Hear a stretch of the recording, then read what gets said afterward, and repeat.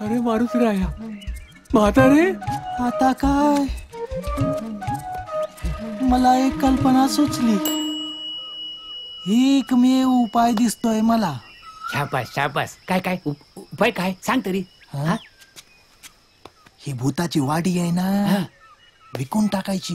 मी गिराईक पण पाहिलंय, 1000 रुपये देतोय. 1000.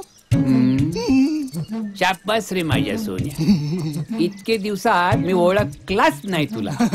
कोणी माझा बाळ. ये इकडे जवळ जरा. इथे ये जवळ. सांग मला. मी सांगितलं ना, मग तुला आवडणार. मला वाटलंच. ही वाडी आहे ना, ही विकायची. 1000 रुपये घ्यायचे. ते तू 1000 रुपये मला द्यायचे.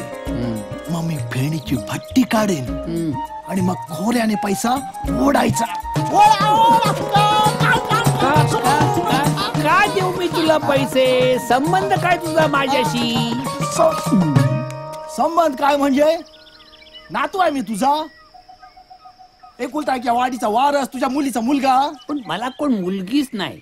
आणि असती ना तरी तुझ्यासारखं नालायक वारस जन्माला घातला नसतं तिने. ये आजा, ए बरा आहेस ना?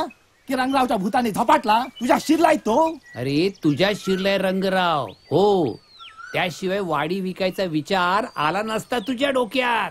माझ्या रंगराव, हं? सोड माझ्या नातवाला, सोड.